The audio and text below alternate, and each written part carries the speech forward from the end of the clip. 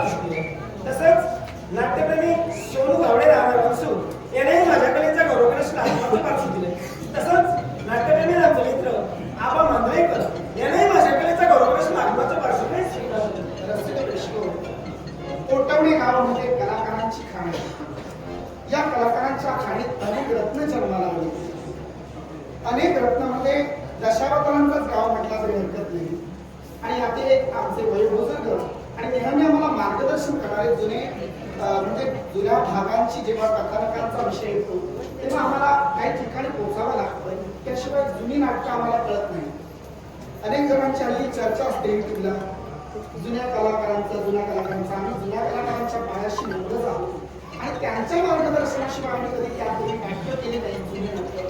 असंच या ठिकाणी एका रत्नाकडे आम्हाला नेहमी यावं लागतं. ते म्हणजे आमचे सन्माननीय नाना गावकर काका. नाना गावकर काका यांनी माझ्या कलेचं कौतुक करण्यासाठी पारितोषिक दिलेलं आहे. नाना गावकर काका यांचे आशीर्वाद समजून या पारितोषिकाचा सकार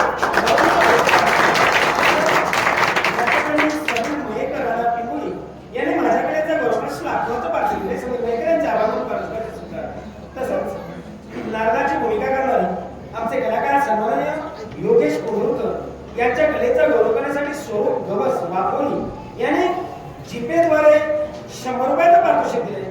तुम्हाला मेरा तमाम पारितोषिकाचा स्वीकार. सूर्य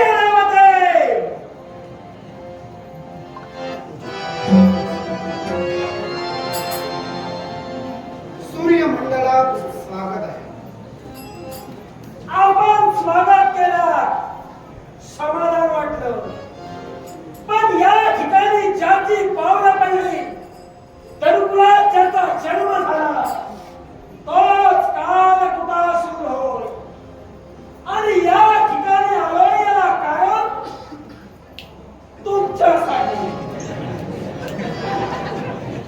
कालकुटासूर या विश्वात कश्यप ऋषी या कश्यप ऋषींच्या 36 पत्नी अर्थात अदितीच्या पोटी देवता जन्माला आल्या, धनुच्या पोटी दानव जन्माला आले, दितीच्या पोटी राक्षस जन्माला आले, कद्रूच्या पोटी सर्प जन्माला आले, विनतेच्या पोटी गरुड संपत्ती वगैरे जन्माला आले. त्यानंतर कनकदंडा हिच्या पोटी हिरे माणिक मोती जन्माला आले. अखिल विश्व कश्यप ऋषींच्या 36 पत्नींच्या मुलांमधून झालं. तुम्ही आता काय म्हणालात? दनुकुलोत्पन्न म्हणालात. जरा तुम्ही दनुकुलोत्पन्न असाल तर कश्यप ऋषींच्या अदिती देवीच्या पोटी आमचा जन्म झाला, मग दनुच्या पोटी तुमचा जन्म झाला. आत्ताच तुम्ही म्हणालात दनु, तेव्हा नक्की आधी तुम्ही कुठल्या कुलात जन्माला आलात त्याची खात्री तिचकी वाजवणं. आधी मी बोलतोय तिचकी वाजवणं म्हणजे असभ्यतेचं लक्षण. ते तुम्ही माझ्याकडे येऊन प्रदर्शित केलात तेव्हा ओघाओघानं म्हटलात मी दनुपुत्र. जर तुम्ही दनुपुत्र असाल तर मला तुम्हाला सिद्धता करून द्या. आणि दनूंच्या कुशकुलातील जन्माला आलेले पुत्र नसाल तर आधी दाती पुढे घेऊन मला शरण या आणि नंतर परिचय द्या. शरण येणारा मी नव्हे. मी दनुकुल का म्हणालो? मला बायको होतो. सूर्यदेव किती जागरूक आहे.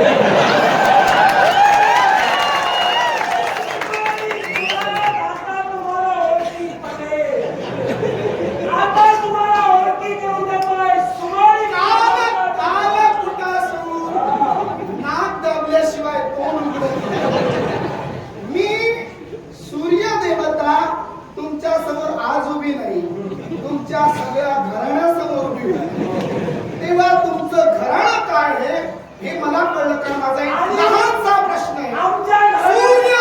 सूर्यमंडळ माझा आहे.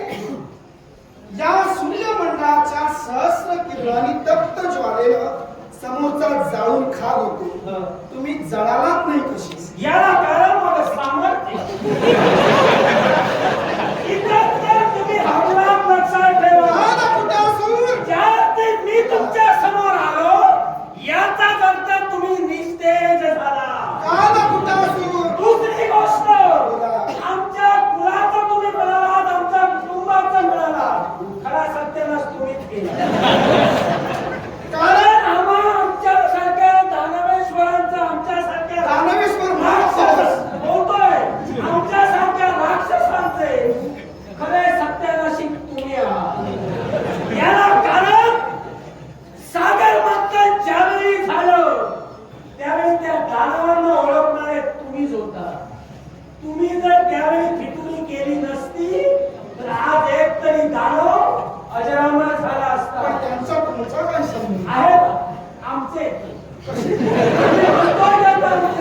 मी काय म्हणतोय, पहिल्यांदा माझा प्रश्न होता तुम्ही जळालात नाही कसे.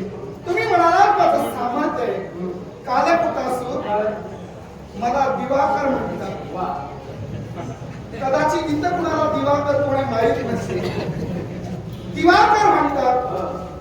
दिवाकर पाहत होता नवीन कुणीतरी उदयाला आलेला उदयोन्मुख त्या सूर्यमंडळाकडे येतो. तेव्हा नेमकं काय प्रकरण आहे ते विचारूया. त्यामुळं अगोदर जाऊया नको. प्रश्न जर आणि विचार जर रास्त नसतील तर नंतर जाऊया.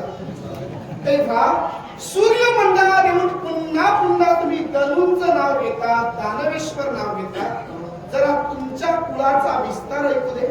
सुमारीच्या कुळात आमचा जन्म झाला आणि त्याच क्रोधानं हो अपमानासाठी इथपर्यंत आलोय.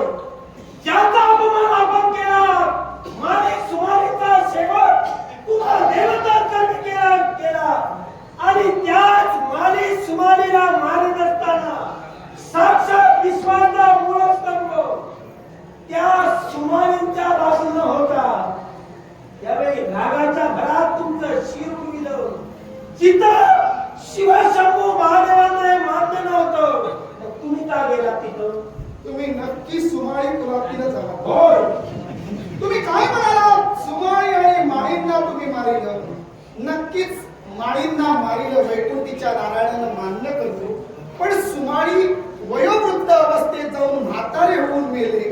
मग तुम्ही आमच्यावर आरोप कसा करता? याला कारण तुम्ही आहात. तुम्ही नक्कीच तुमच्या कुळाचा अभ्यास करून आलात का? पूर्णपणे केलं.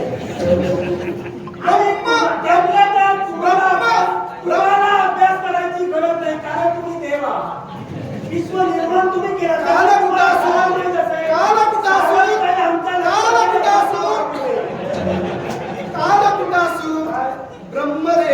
ब्रह्मदेवांपासून हेती प्रहेती जन्माला आला. त्यानंतर विद्युतकेश, सुकेश आणि त्यांचे माली, माल्यवान आणि सुमाली.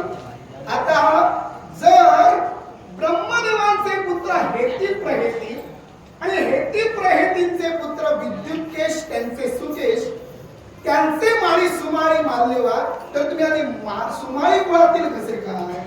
तुम्ही ब्रह्म कुळातील तरी असायला हवे.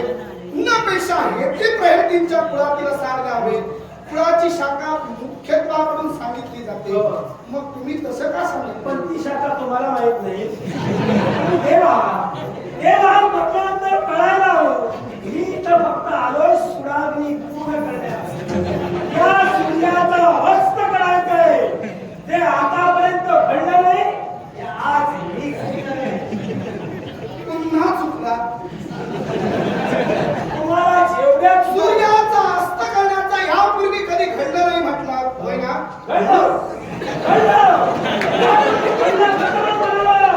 शिवशंभूने तुमचं शिर हे आता मी म्हटलं होतं.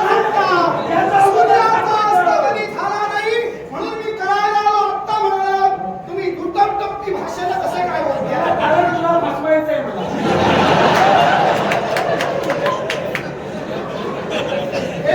हेती पासून तुमच्या विद्युतकेश, सुकेश, माली, सुमाळी, माल्यवानापर्यंत कुणी फसू शकले नाही. तुम्ही कसे फसविला? एवढी हिंमत वाटली? त्यांना जे जमलं नाही त्यांनी करणार म्हणालो. हे लक्षात ठेवा. काय मृत्यू लोकातील भाषेत जर सांगायचं झालं, मानवावर माझी नजर असते. मूर्खांच्या बाजारात द्राक्ष सुद्धा करवंद द्राक्षाचा भाव घेणाऱ्याला कळायला हवी. सांगू नये. पण त्यामुळं काय झालं? मी तुम्हाला का सांगितलं? तुम्ही तुमचं बोल वाढवू पाहता. पण तुमच्या दुभाषीपणामुळे तुमचं बोल आता हळूहळू झालं तरी चालेल, पण माझी सवय जशी आहे, मी उडी टाकताना अशा ठिकाणी टाकतो तिथं समोर वाघ हवा. रानग्या कोल्ह्यांसमोर उडी मारणारे पडेल नाही. समजा मी जर वाघासमोर मेलो, काय म्हणणार आहे? वाघानं खाऊन नेला. समजा हा वाघ जर इथून पळून गेला, नाव वाघाला पडलं. मला एक सांगतोय, पण वाघासमोर आलेला प्राणी म्हणजे कोणतरी ऐकूया. तुम्ही ठरवा. मला आणि ज्या तसं नव्हे, समजा या युद्ध संग्रामात जर तुम्ही पळून गेलात तर आम्हाला सुद्धा या प्राण्याचं नाव सांगायला पळून ते गेला. नाव ठेवणार त्यात तुम्ही बघू नका. नाव ठेवणार नाही तर पण तुम्हाला फक्त कार्य करा, कर्म करा. तुम्ही जर का सुमारी मावी वगैरे वगैरे यांच्या सूड भावनेला आला असाल तर मग माझाही नाही आहे शतम प्रतिशाट्य म्हणून तुमच्याही जीविताचा सर्वात कोण त्याकडे जाऊ?